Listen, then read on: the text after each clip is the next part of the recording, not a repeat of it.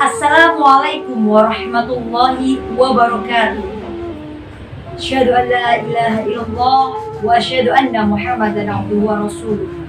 Allahumma sholli ala sayyidina wa maulana Muhammadin wa ala alihi wa ashabihi ajma'in, amma ba'd. Subhanaka la ilma lana illa ma 'allamtana innaka antal alimul hakim. Alhamdulillahi rabbil alamin. Segala syukur atas segala nikmat yang telah diberikan Allah kepada kita. Kita dipertemukan kembali di bulan Ramadan ini dalam keadaan sehat dan diberi kesempatan untuk beramal soleh.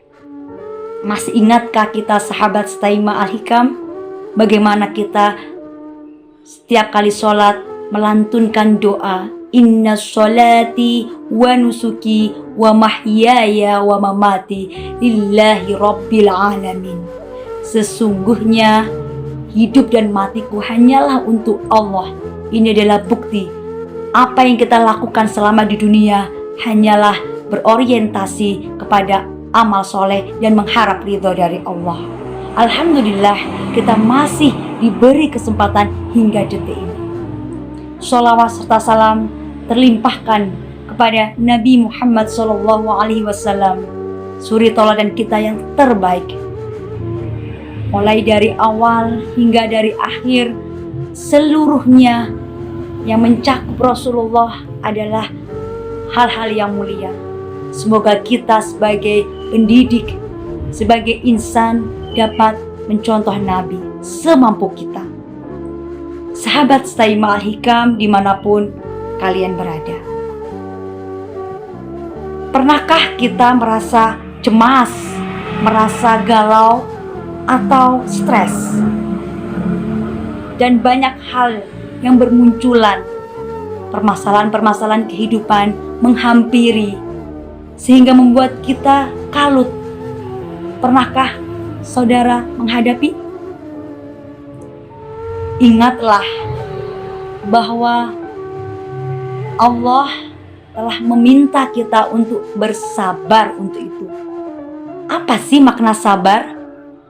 Sabar menurut Ibnu Qayyim adalah menahan diri dari tidak gelisah, tidak marah, mengendalikan lidah, tidak mengeluh, dan menahan anggota tubuh agar berbuat yang tidak tercela.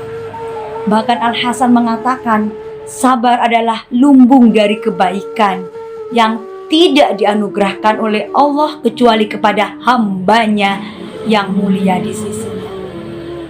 Seperti kita tahu, sabar memiliki 3 tingkatan. Yang pertama adalah sabar dalam taat kepada Allah. Dalam melakukan ibadah, kita harus memiliki kesabaran. Dan yang kedua, sabar untuk tidak bermaksiat kepada Allah. Kita mencoba sekuat tenaga, sekuat hati untuk menghindari hal-hal yang tidak diridhai Allah. Itu pun bagian dari sabar. Yang ketiga, sabar ketika menghadapi ujian atau musibah. Ingatlah dalam surat Al-Ghafir ayat 55 disampaikan, maka bersabarlah kamu. Sesungguhnya janji Allah itu adalah benar. Fasbir inna wa'dallahi haqqun.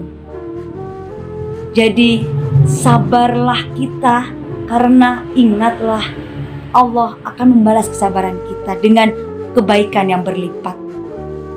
Sahabat Setaima Al-Hikam, terkadang memang sebagai manusia kita dihinggapi rasa lelah, rasa capek. Terkadang juga tidak sabar. Seorang yang single masih ada mengeluh karena ingin berkeluarga. Orang sudah berkeluarga mengeluh karena masih banyak problem di dalamnya. Ada orang yang ingin punya keturunan, berusaha semaksimal mungkin. Mereka mencoba bersabar. Yang punya keturunan, yang punya putra dan putri, mereka juga terkadang mengeluh bagaimana cara mendidik putra-putri ini menjadi pribadi insan yang bertakwa. Semua orang, semua pribadi, semua episode kehidupan kita penuh dengan ujian dan cobaan. Ingatlah, Allah telah menyampaikan di dalam Quran surat Al-Ankabut ayat 2 bahwa apakah manusia mengira bahwa mereka dibiarkan hanya dengan beriman? Mereka pasti akan juga diuji. Jadi antara iman dan ujian ini adalah suatu dua sisi yang saling berkesinambungan. Apa benang merah dari sini? Bahwa orang yang memiliki kualitas iman, maka dia juga memiliki kualitas dalam kesabaran. Sebaliknya, jika dia masih lemah imannya, sabarnya pun masih minim. Semoga kita digolongkan menjadi orang yang beriman sehingga memiliki kualitas kesabaran. Amin ya rabbal alamin. Apapun episode kehidupan, pasti kita akan menemui suatu permasalahan. Karena itulah hakikatnya hidup. Ingatlah bahwa apapun yang kita lakukan di dunia ini, orientasi dan muaranya hanyalah untuk ridho Allah. Ketika itu kita tanamkan dan kita yakinkan dalam diri, insya Allah semua akan berjalan dengan baik.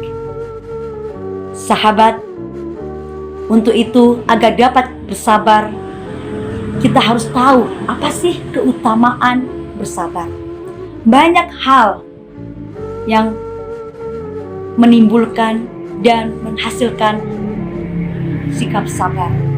Namun yang paling kita rindukan adalah nanti ketika kita melakukan sabar, kita akan dicintai oleh Allah. Ketika orang dicintai oleh Allah, maka pertolongan akan datang. Contoh, pada masa Nabi Muhammad hijrah ke Madinah bersama sahabat Abu Bakar, beliau sudah berikhtiar supaya tidak diketahui oleh kaum kafir Quraisy. Mulai dari merubah arah haluan, kemudian putri dari Abu Bakar mengirim makanan, yaitu Asma binti Abu Bakar setiap hari mengirim makanan, dan saudaranya menghapus jejak kakinya supaya tidak ketahuan kaum kafir. Berada di dalam gua. Namun ketika kita sabar hanya sebatas sabar, maka kurang dan termasuk merugi. Contohlah Rasulullah. Ketika saat itu beliau ikhtiar maksimal, maka dan sabar disandarkan kepada Allah, Allah memberikan pertolongan.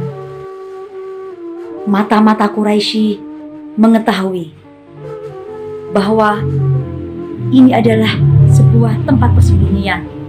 Kemudian mereka mengunjungi gua tersebut, tapi Allah menolong Nabi yang menyandarkan permasalahan tadi kepada Allah dengan cara yang sangat unik. Ada sebuah riwayat mengatakan bahwa pintu gua itu tertutup oleh laba-laba, dan beberapa di antara mereka mengatakan, tidak mungkin jika ada manusia yang memasuki gua ini, pasti rusaklah rumah laba-laba ini. Inilah cara Allah mencintai hambanya. Ingatlah pula kisah ibu Nabi Musa alaihissalam. Bagaimana ibu Nabi Musa ini merasa cemas, merasa dirinya khawatir. Bagaimana dengan putraku ini? Dia masih bayi, belum bisa apa-apa. Kemudian dia mendapatkan ilham oleh Allah dengan menghanyutkan di sungai Nil. Biidznillah, dengan izin Allah, bayi Nabi Musa tadi ternyata berada dalam dekapan istri Fir'aun. Bahkan istri Fir'aun mengumumkan sayembara, barang siapa yang bisa menyusui bayi ini maka dipersilahkan. Dan Allah mempertemukan dengan cara yang sangat indah. Pas sekali ibunya berhasil menyusui bayi Nabi Musa, mereka dipertemukan kembali. Inilah sahabat, bila kita menyandarkan semua permasalahan kita kepada Allah, pasti akan ada jalan keluarnya. Dan keutamaan sabar yang kedua adalah sabar merupakan kunci dari kebaikan. Ketika kita sabar dalam menghadapi problem yang menghampiri diri kita, maka ibarat dua sisi mata uang. Ketika ada kesabaran, pasti ada rasa syukur di situ. Bahkan Rasulullah pun dalam hadisnya menyampaikan, sungguh ajaib seorang mukmin ini. Ketika dia mendapatkan nikmat, maka dia bersyukur. Tapi ketika dia mendapatkan musibah, maka dia bersabar. Dan kedua hal ini mendapatkan pahala dan rahmat dari Allah Subhanahu wa Ta'ala. Sabar adalah cahaya, sebagaimana Nabi menuturkan, tidaklah seorang muslim ditimpa musibah kemudian dia mengucapkan inna lillahi wa inna ilaihi raji'un. Lalu dia membaca doa, Allahumma ajirni fi musibati wakhluf li khairan minha. Ya Allah, berilah pahala bagiku dalam musibah ini dan gantikanlah untukku yang lebih baik. Melainkan hal ini adalah lebih baik oleh Allah. Indah bukan? Maka patutlah kita bersabar dan bersyukur. Karena ketika kita mengucapkan syukur tidak hanya melalui lisan tapi melalui hati dan sikap kita, maka sabar akan mengiringi. Semakin kita bersyukur, maka semakin dekat dengan kebahagiaan. Mari kita ajak generasi kita, putra-putri kita, santri-santri kita, dan anak didik kita senantiasa bersyukur sejak dini agar kebaikan-kebaikan menyertai.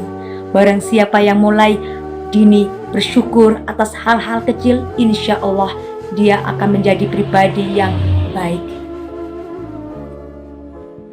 Terakhir, kita harus pegangi Quran surat Al-Baqarah ayat 45. A'udzu billahi minasyaitonir rajim. Bismillahirrahmanirrahim. Wasta'inu bish-shabri was-shalah wa innaha lakabiratun illa 'alal khashi'in. Jadikanlah sabar dan sholat sebagai penolongmu, dan sesungguhnya yang demikian itu sungguh berat kecuali bagi orang-orang yang khusyuk. Shadaqallahul azim. Dalam tafsir Ibnu Katsir disampaikan, Allah Subhanahu wa Ta'ala berfirman seraya memerintahkan hamba-hambanya agar mereka dapat meraih kebahagiaan dunia dan akhirat yang didamba-dambakan, yaitu dengan sabar dan sholat sebagai sarananya. Sabarlah dalam melakukan hal-hal yang diridhoi oleh Allah, dan sholat merupakan amal taat kepada Allah Subhanahu wa Ta'ala. Sahabat, sehebat-hebatnya teknologi adalah hebatan akal manusia dan memanajemennya. Bagaimana kita memanajemen akal kita untuk senantiasa bersabar setiap kali problem menghampiri. Kita harus berprinsip bahwa Allah selalu bersama kita. Tenang, innallahu ma'ana. Tenang bro, kita nggak sendiri, kita sama Allah.